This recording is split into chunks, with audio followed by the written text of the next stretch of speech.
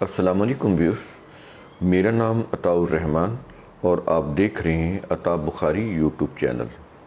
قرآن کریم کی مسلسل ایکسپوزیشن کے سلسلے میں آج ہم سورہ البقرہ کی آیت نمبر 161 اور 162 ان کی انٹرپریٹیشن کریں گے۔ تو جیسا کہ آپ کو پتہ ہے کہ قرآن کریم کے اندر شروع سے ہی جو بیسک کنسپٹ ہیں وہ کلیئر کرتا چلا آ رہا ہے۔ مومنون کون ہوتے ہیں، منافقون کون ہوتے ہیں، اور اسی طرح پھر آگے یہ صلاۃ کیا ہے، حج کیا ہے، عمرہ، صفا مروہ، یہ ساری چیزیں آپ دیکھتے چلے آ رہے ہیں۔ بیسک چیزیں قرآن کریم ان کو کلیئر کرتا چلا جا رہا ہے۔ اب یہاں پر ان لوگوں کی بات ہو رہی ہے جو اللہ کے ان قوانین سے انکار کرتے ہیں۔ کفر کا معنی انکار ہوتا ہے۔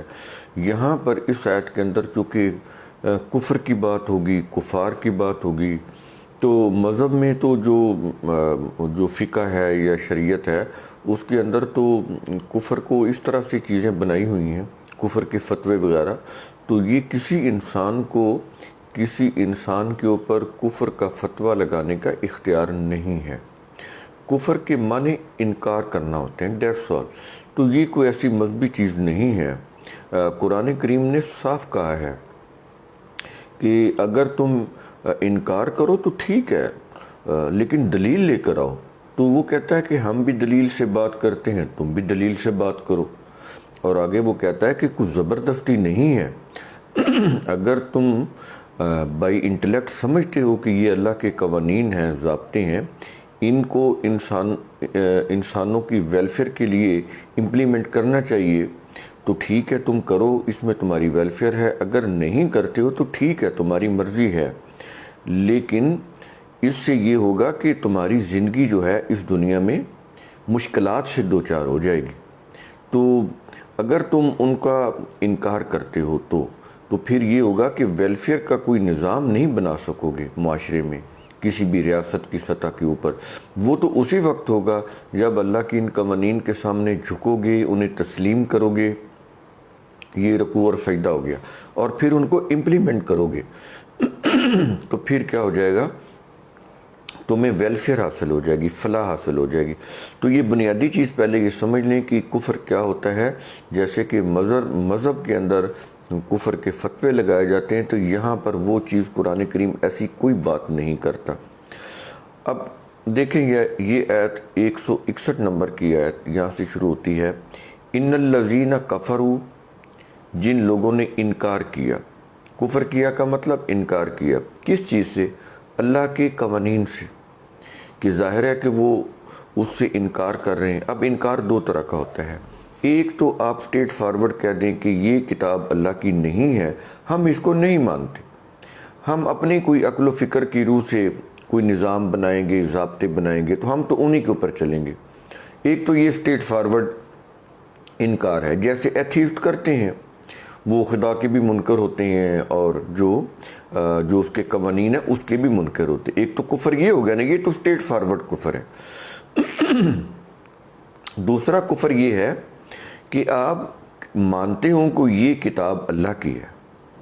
یہ اب دوسری قسم میں بتا رہا ہوں کہ مانتے ہوں کہ یہ بک جو ہے کتاب اللہ کی ہے، اس کے اندر جو ضابطے ہیں یہ انسانوں کی فلاح کے لیے ہیں، لیکن جب عمل کی بات ہو، جب نفاذ یا امپلیمنٹیشن کی بات ہو ریاست کی سطح کے اوپر، وہاں پر آپ اپنے آباء و اجداد کے مسالک، آپ اپنے مذہبی پیشواؤں کا وہ جو مذہب وہ لے کر آ جائیں، اس کو پھر قرآن کے ساتھ اٹیچ کر دیں اور کہیں کہ قرآن جو ہے یہ سمجھ نہیں آتا، یہ مشکل ہے، یہ مبہم ہے، یہ غیر واضح ہے، اس کے اندر جو اللہ کے احکام ہیں وہ واضح نہیں ہیں۔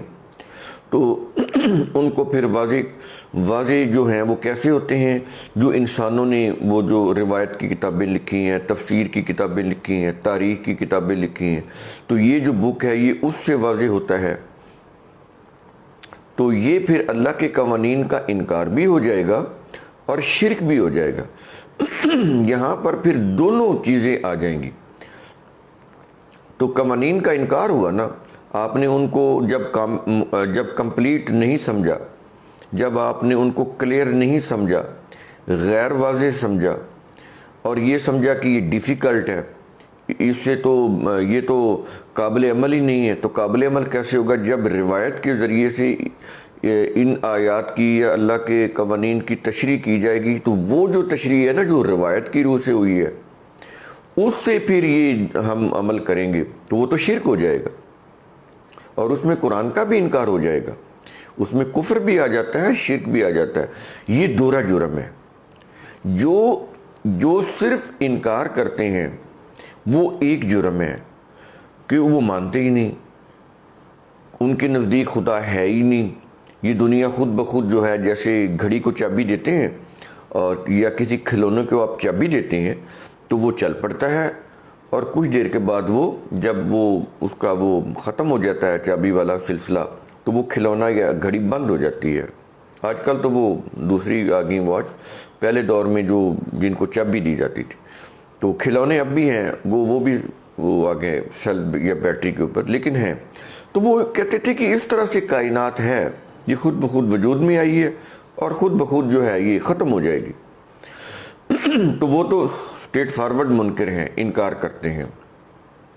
لیکن یہ جو کفر ہے نا جو ہم کر رہے ہیں، اس کے اندر شرک بھی آ جاتا ہے، یہ دورہ جرم ہے، اور اس لیے پھر اس سے وہ کہتا ہے کہ تمہاری حفاظت نہیں ہو سکتی۔ ان اللہ لا یغفر ان یشرک بہ، کہ اللہ جو ہے یہ شرک کو ہے، اس کے اللہ کے قوانین کی روح سے اگر تم شرک کرو گے تو پھر اللہ کے قوانین کی روح سے تمہیں حفاظت نہیں ملے گی، یعنی جو بھی نظام بنا لو وہ تمہارے لیے تباہ کن ہوگا، حفاظت نہیں تمہیں ملے گی۔ حفاظت اسی صورت میں ملے گی جب ایبسولوٹلی اللہ کے قوانین کو تم امپلیمنٹ کرو گے ریاست کی سطح کے اوپر، تو وہ وہاں پر وہ جو انہوں نے بخشش کیا تو وہ بخشش والا معاملہ نہیں ہے، اسی دنیا میں اس شرک کی سزا ملے گی کہ وہ اس دنیا میں تباہ ہو جائیں گے۔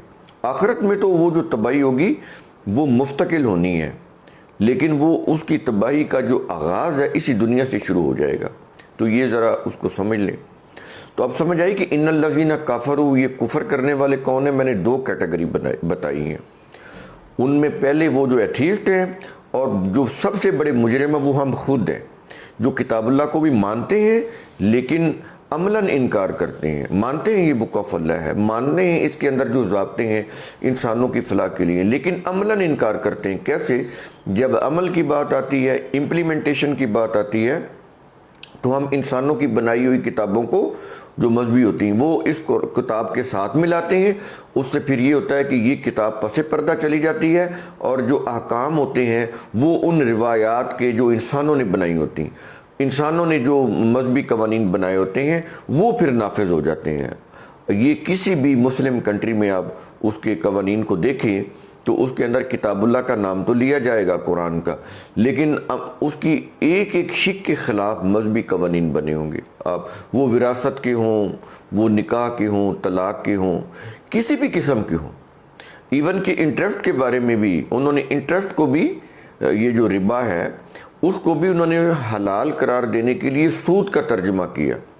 سود کے اندر تو بڑی گنجائش ہو جاتی ہے ربا کو حلال قرار دینے کی۔ ربا کیا ہوتا ہے یہ کسی وقت ہم ویڈیو کریں گے، میں نے ایگزامپل کے طور پر یہ آپ کو بتایا۔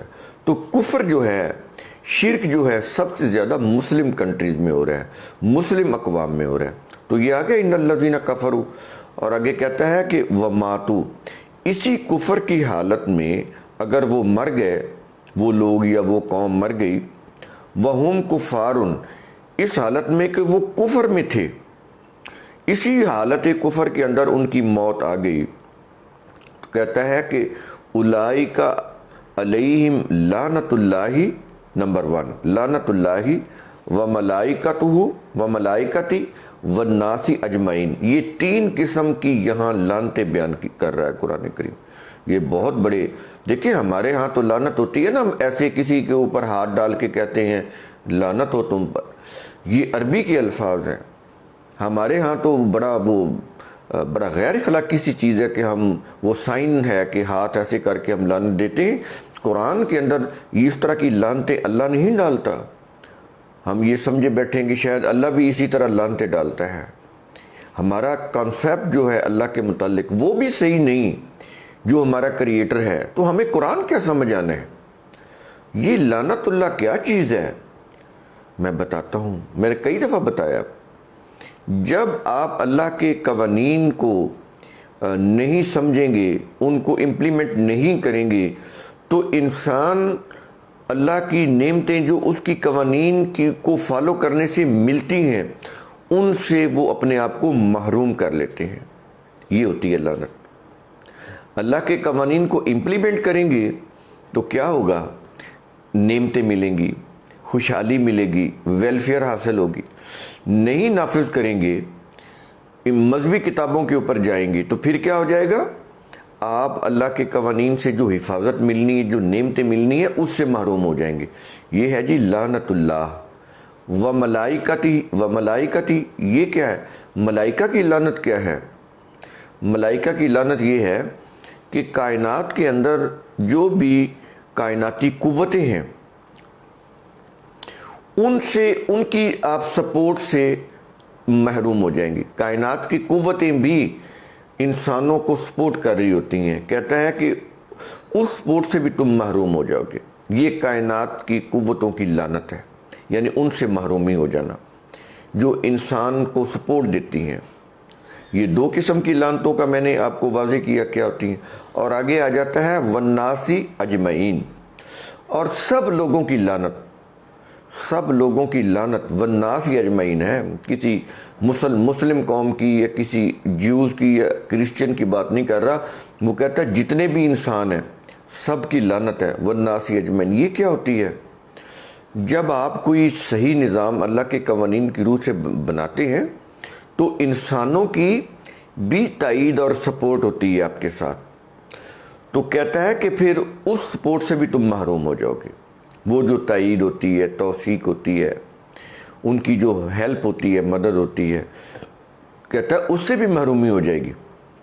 تو تین قسم کی محرومیاں قرآن بتا رہا ہے۔ اللہ کے قانون کی روح سے جو خوشحالی ملنی ہوتی ہے، یعنی اس کو امپلیمنٹ کرنے سے، اس قانون کی روح سے زندگی گزارنے سے جو نعمتیں، ثمرات، خوشحالیاں، جو ویلفیئر ملنی ہوتی ہے، ایک تو اس سے محرومی، یہ ہو گیا لعنت اللہ۔ اور والملائکتی، ملائکہ کی لعنت کیا ہے؟ کائناتی قوتوں کی جو سپورٹ ہوتی ہے اس سے محرومی، اور والناس اجمعین، لوگوں کی سپورٹ سے محرومی۔ دیکھیں قرآن کریم کس طرح سے بات واضح کر رہے ہیں۔ جب بھی آپ غیر اللہ کے قوانین کو امپلیمنٹ کریں گے، ریاست کی سطح کے اوپر نافذ کریں گے، یا اپنے کو عقائد بنائیں گے اس کی روح سے، یہ مسلمانوں کے ہاں تو قرآن کے اصول ہیں ہی نہیں، ان کے ہاں کیا ہے؟ مذہبی عقائد ہیں، قرآن کے خلاف، شرک ہے یہ۔ قرآن عقائد نہیں دیتا، اصول دیتا ہے، زندگی کو صحیح طریقے سے گزارنے کے اصول، ضابطے، قوانین وہ دیتا ہے، ویلیوز دیتا ہے۔ ویلیوز کیا ہیں؟ بھی کئی دفعہ لفظ آتا ہے پھر لوگوں کو سمجھ نہیں آتی۔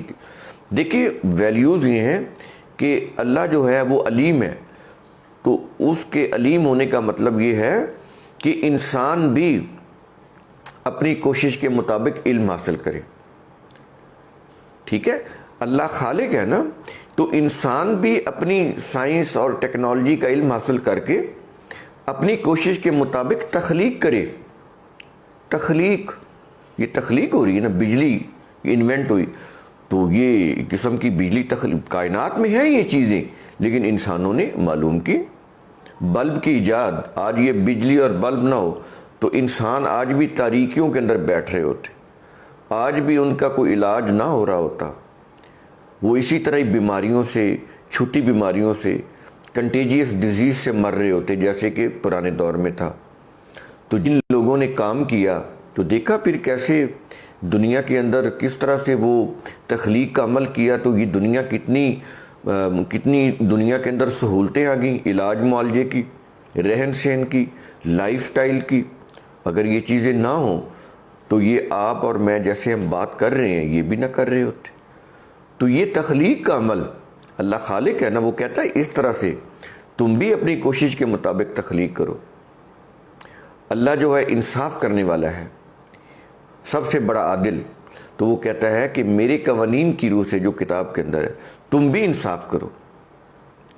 یہ چیز ہے، یہ ویلیوز ہیں۔ اللہ کہتا ہے کہ میں نے انسانوں کو عزت اور احترام دیا، تمام انسانوں کو، تو تم بھی انسان جو ہو ایک دوسرے کا عزت اور احترام کرو، میوچل رسپیکٹ۔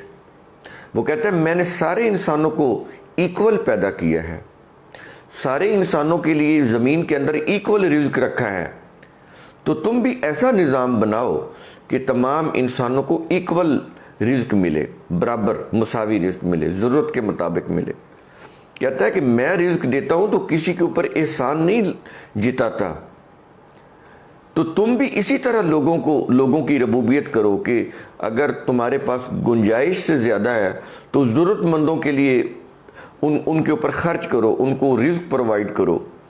تو میں رب ہوں، تو میرا یہ جو کام ہے تم بھی اپنی انسانی جو لمیٹیشن ہے اس کے اندر رہتے ہوئے جس حد تک ہو سکتا ہے تم لوگوں کی ربوبیت کرو، ان کو کھلاؤ، ان کو پلاؤ، ایز اے چیریٹی نہیں، بھیک کے طور پر نہیں، as a right, as a right. یہ ہے قرآن کا اصول۔ دین کے اندر خیراتی ادارے نہیں ہوتے کہ اربوں روپے کما کے آپ ہزاروں روپے کا کھانا کھلا کے سمجھیں کہ ہماری سیلویشن ہوگی، نجات ہوگی۔ یہ بہت بڑا دھوکہ ہے۔ ایز اے رائٹ دینا ان کو، کوئی احسان نہیں ہے کہتا تمہارا ان کے اوپر۔ اگر تم نے دیا ہے تو اپنے نفس کی ڈیولپمنٹ کی ہے، تم نے اس کے اوپر احسان نہیں کیا، لہذا ایز اے رائٹ دو، ایز اے چیریٹی نہیں دینا۔ اس میں تو انسانیت کی توہین ہے۔ تو کہتا ہے جب ہم ان کو ایز اے رائٹ دے رہے ہیں تو تم بھی ان کو ایز اے رائٹ دو۔ یہ کیا ہے؟ یہ ویلیوز ہیں، یہ اللہ کی اقدار ہے جو قرآن کے اندر ہے، دنیا کے کسی بھی مذہب کے اندر نہیں۔ آپ چیک کر لیں، جیوز، کرسچین، ہندوازم، کوئی بھی دنیا کا بڑے سے بڑا مذہب، اس میں جائیں تو صحیح، دیکھیں تو صحیح، یہ ویلیوز کسی مذہب کے اندر ہیں؟ نہیں ملیں گی آپ کو، قرآن کے اندر ہے۔ تو ان ویلیوز کی روح سے جو لوگ زندگی گزارتے ہیں وہ لوگ ہوتے ہیں جو اللہ پہ اوپر ایمان رکھتے ہیں۔ یہ ہے ایمان۔ ہم نے تو لا الہ الا اللہ محمد رسول اللہ کلمہ پڑھ لیا تو ہم مومن ہو گئے، ایمان والے ہو گئے۔ بہت بڑا دھوکہ ہے یہ۔ ان کو تو ابھی لا الہ الا اللہ کی میننگ کا بھی نہیں پتہ۔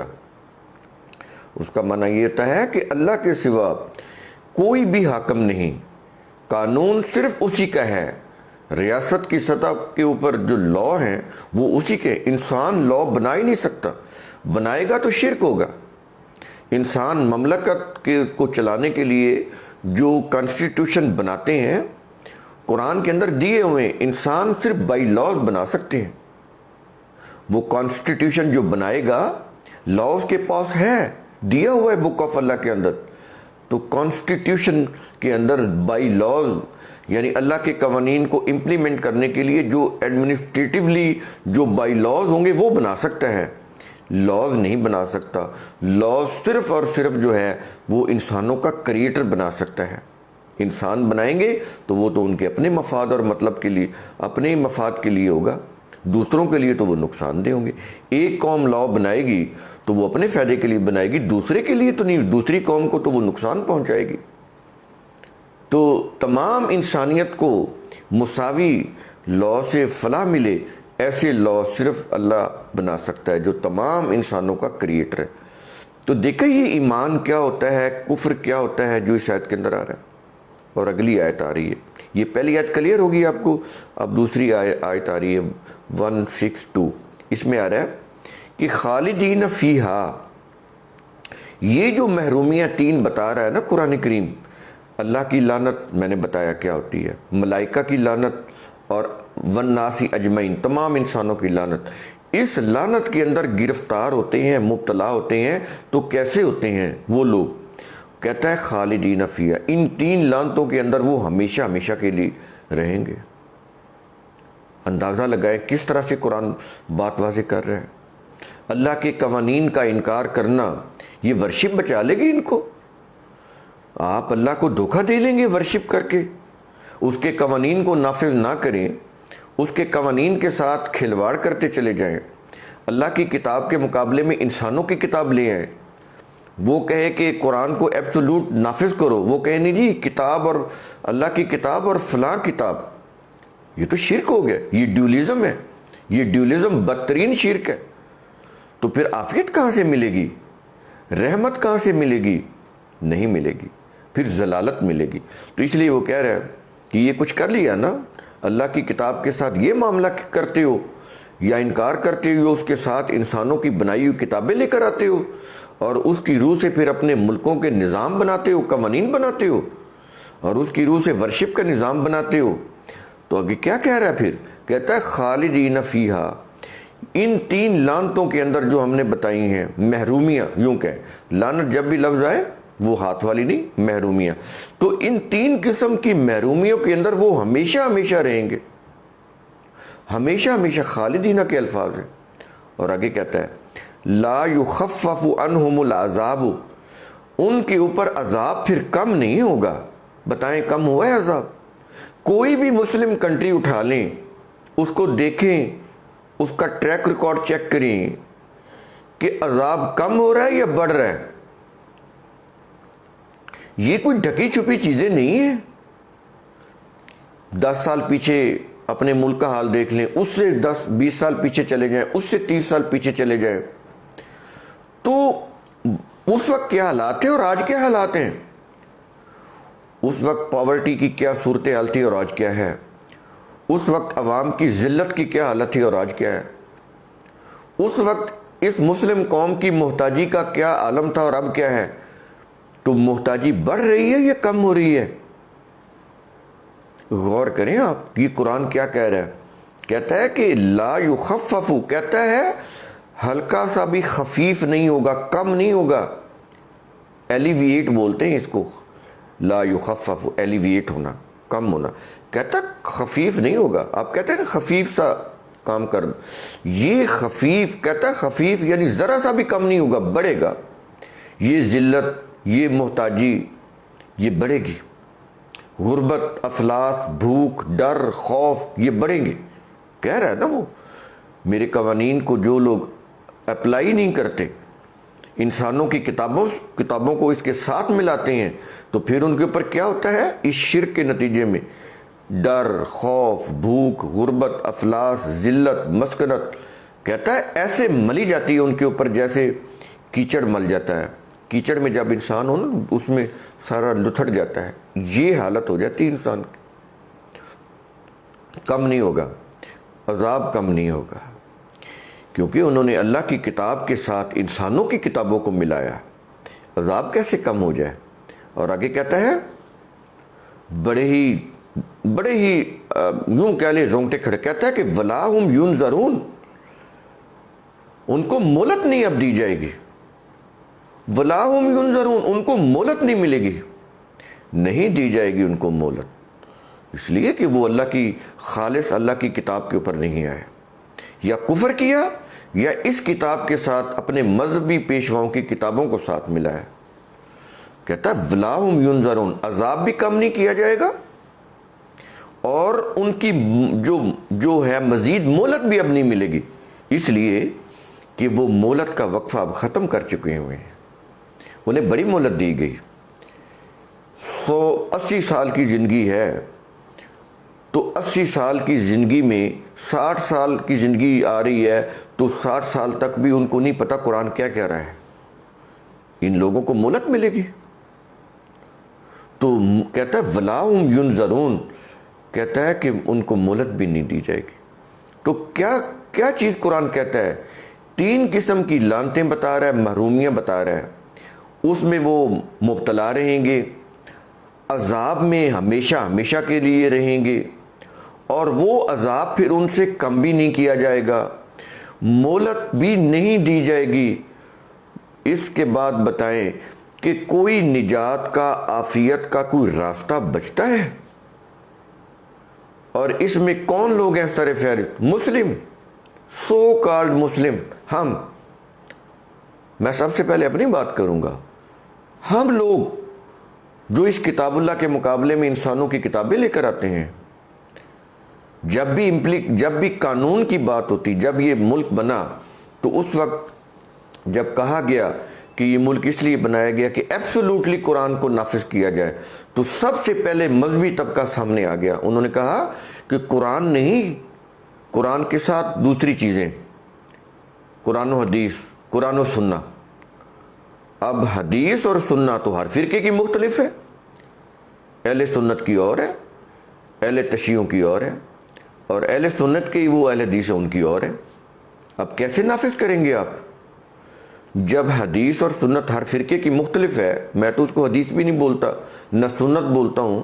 حدیث تو قرآن کی آیات ہیں اور سنت اللہ کا انچینجبل لا ہے۔ انہوں نے یہ دو لفظ قرآن سے لیے اور اپنی جو چیزیں جو پرشین لوگوں نے راویوں نے لکھی ان کو بنایا سنت رسول، اور کچھ چیزیں لکھی روایتیں ان کو بنایا حدیث رسول۔ قرآن کی روح سے تو یہ دونوں چیزیں ایسی نہیں ہیں، میں نے بتایا کیا ہوتی ہیں۔ اس کو لے کر آ گئے قرآن کے مقابلے میں، تو کہا کہ یہ جو ہے نا یہ ہے اسلام، اب بھگتیں گے اسلام۔ اور اس وقت جب یہ امپلیمنٹیشن ہونے لگی قرآن کی تو سارے فرقے اکٹھے ہو گئے۔ انہوں نے کہا کہ صرف قرآن نہیں، اللہ کہہ رہا ہے کہ اولم یکفیہم، کیا قرآن کافی نہیں ہے؟ فرقوں نے کہا ہمیں یہ ہمارے لیے قرآن کافی نہیں ہے، قرآن کے ساتھ یہ جو پرشین جو بکس ہیں وہ، اور پرشین بکس جو ہیں وہ ڈیفائن کریں گی کہ قرآن کی کس بات کے کیا میننگ ہے۔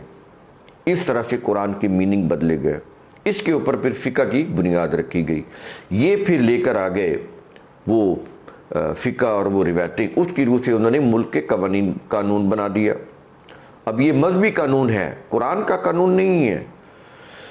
تو جن لوگوں نے بنایا، جن لوگوں نے کہا کہ صرف قرآن نہیں، قرآن کے ساتھ وہ کتاب و سنت، کتاب و حدیث، تو ان لوگوں نے پھر 20 سال بعد 30 سال بعد جب ان سے نہ بن سکا متفقہ آئین، متفقہ کانسٹیٹیوشن نہ بنا سکے اس ملک کا، تو جن لوگوں نے شور مچایا تھا، ان کے جو بڑے جو وہ گرو گھنٹال تھے بہت بڑے، انہوں نے کہا کہ جی یہ تو اب نافذ نہیں ہو سکتی، ہر فرقے کی حدیثیں مختلف ہیں، ہر فرقے کی سنت مختلف ہے، تو ایسے کریں کہ اکثریت جو ہے میجارٹی فقہ حنفی کی ہے تو فقہ حنفی کو نافذ کر دیں، تو یہی حل ہے اور کوئی حل نہیں ہے۔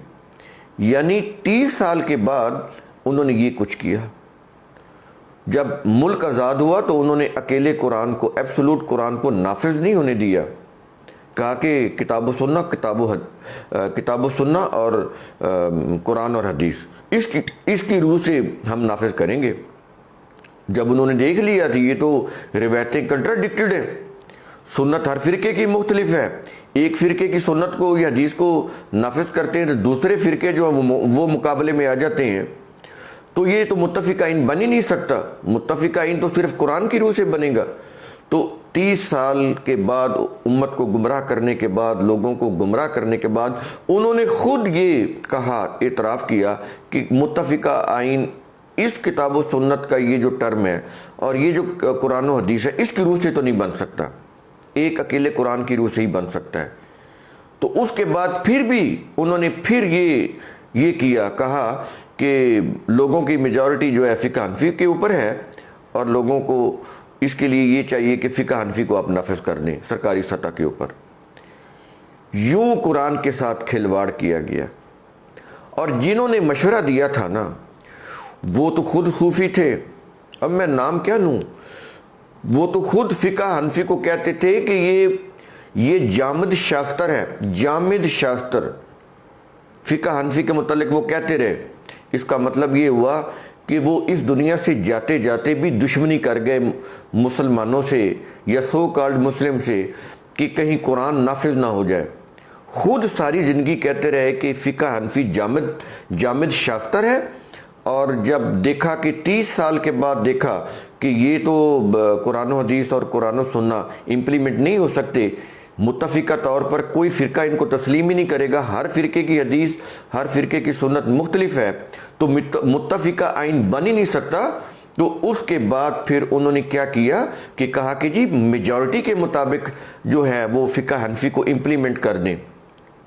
اس طرح سے قرآن کے ساتھ کھلواڑ کیا انہوں نے، اور آج اس شرک کا یہ نتیجہ ہے کہ یہ جو مسلم کنٹریز ہیں دن بدن تباہی میں گھرتے چلے جا رہے ہیں، ان کو راستہ نہیں مل رہا۔ راستہ کیسے ملے گا؟ راستہ تو انہوں نے خود کھو دیا۔ جو لوگ اپنے اوپر قرآن کی سیدھی شاہراہ کو بند کر لیتے ہیں، پھر وہ بھول بھلیوں میں گم ہو جاتے ہیں، پھر ان کی جتنا بھی وہ کر رہے ہوتے ہیں ایفرٹس، وہ وانڈرنگ میں چلی جاتی ہے. وہ وانڈرنگ ہے. آپ اپنی منزل پر نہ ہو تو وہ وانڈرنگ ہوگی. پھر کیا ہوگا؟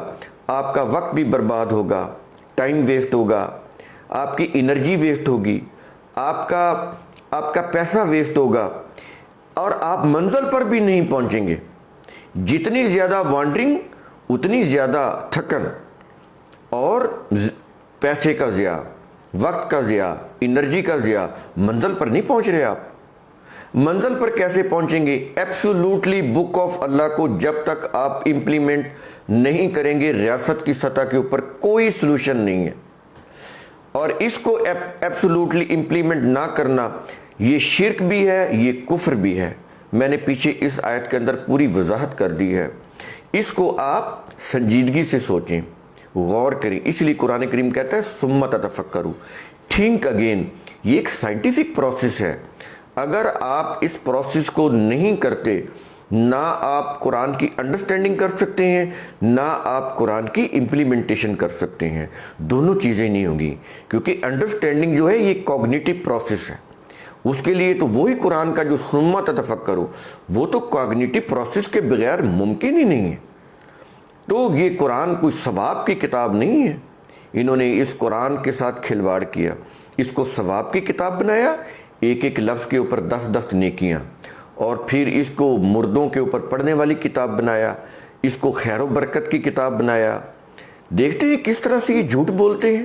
ایک دکان کھلتی ہے، وہاں پر خیر و برکت کے لیے قرآن پڑھایا جا رہا ہے، اور 2 سال بعد وہ دکان جو ہے نقصان میں جا کے بند ہو رہی ہوتی. کوئی پوچھنے والا نہیں ہوتا کہ یہاں پر تو خیر و برکت کے لیے قرآن پڑھا گیا تھا، یہاں پر تو وہ قرآن کی آیات کے سورہ کاف کے نقش لٹکائے گئے تھے. تو کیا ہوا؟ یہ چیزیں ہیں. یہ ہے ثم تتفکروا. سوچیں سمجھیں یہ قرآن کس کے لیے آیا ہے. یہ قرآن ریاست کی سطح کے اوپر امپلیمنٹیشن کے لیے آیا ہے. یہ قرأت کرنے کے لیے نہیں آیا. یہ مقابلہ حسن قرأت کے لیے نہیں آیا. یہ ثواب کے لیے پڑھنے کے لیے نہیں آیا. دنیا کی کوئی کتاب اس کے ساتھ آپ یہ حشر نہیں کرتے کہ آپ اس کو بے مقصد اور بے سمجھے پڑھتے ہوں. ایک انگلش کی بھی کتاب کو آپ 10 دفعہ اس کا لیسن یاد کریں گے کہ اس کی انٹرپریٹیشن کیا ہے، الفاظ کے معنی کیا ہے، ایڈیمز کے میننگ کیا ہے، ایڈیمیٹک فریزز کے میننگ کیا ہے. دیکھیں گے ان کے لٹریری میننگ کیا ہے، ان کے پروورب کیا ہے، ان کا مطلب کیا ہے. یہ قرآن ہے، یہ انسانوں کی زبان میں نازل ہوا. اس کو اللہ نے کوائن نہیں کیا. یہ قرآن کے الفاظ کو اللہ نے کوائن نہیں کیا، انسانوں نے کوائن کیا. اللہ نے ان کو سلیکٹ کیا، سلیکٹ کر کے اپنی کتاب کے اندر لے کے آیا. اس لیے وہ کہتا ہے کہ قرآن عربیا لعلکم تعقلون. ہم نے قرآن کو عربی لینگویج میں نازل کیا. کس لیے؟ لعلکم تعقلون. یہ ہے اس کی وجہ بتا رہا ہے کہ تاکہ تم عقل سے کام لینا سیکھ سکو. یہ ہے کوگنیٹو پروسیس جس کو وہ کہہ رہا ہے لعلکم تعقلون. تو یہ میرا ہر ویڈیو کے بعد ایک میسیج ہوتا ہے اس کے اینڈ میں. اس کو آپ مورل سمجھ لیں، اس کو آپ مین جو اس ویڈیو کرنے کا جو مقصد یا آبجیکٹیو ہے یا موٹیو ہے وہ کیا ہے؟ ثم تتفکروا، تھنک اگین. بڑا ہی سائنٹیفک پروسیس. اس کے اوپر جب آپ آئیں گے پھر آپ کو قرآن بھی سمجھ آئے گا. پھر قرآن کی ایجوکیشن جو ہے وہ آپ کے دل و دماغ میں بھی اترے گی. پھر آہستہ آہستہ یہ ایجوکیشن جب پرویل کرے گی تو پھر ایک ایسی جنریشن تیار ہوگی جو اللہ کے قوانین کو ریاست کی سطح کے اوپر نافذ کرے گی. یہ کام ایجوکیشن کا ہے. یہ اوور دا نائٹ نہیں ہوگا، اوور دا نائٹ نہیں ہوگا. یہ ایجوکیشن پروسیس ہے، اور education process over the night complete نہیں ہوتا. اس کے لیے یہ نسلوں میں پھیلا ہوا ہے. اس کے اوپر پتہ نہیں کتنا وقت لگے گا. تو یہی طریقہ ہے. کفر کے فتوے لگانا، ایک دوسرے کے ساتھ نفرت کرنا، بغض اور عداوت رکھنا بالکل صحیح نہیں ہے. کوئی لوگ آپ کے اگر آپ کی آئیڈیالوجی کے خلاف ہیں، آپ کے نظریے کے خلاف ہے تو ٹھیک ہے، اختلافی حد تک تو ٹھیک ہے. لیکن کسی سے دشمنی، کسی کے اوپر کفر کا فتویٰ لگانا، کسی کو برا سمجھنا، اس سے نفرت کرنا، اس کی اسلام کے اندر قطعاً اجازت نہیں ہے. ایجوکیشن پروسیس ہم کر رہے ہیں تاکہ قرآن سمجھ آئے. تو میرا آخری میسج ہر ویڈیو کا ثم تتفکروا. شکریہ.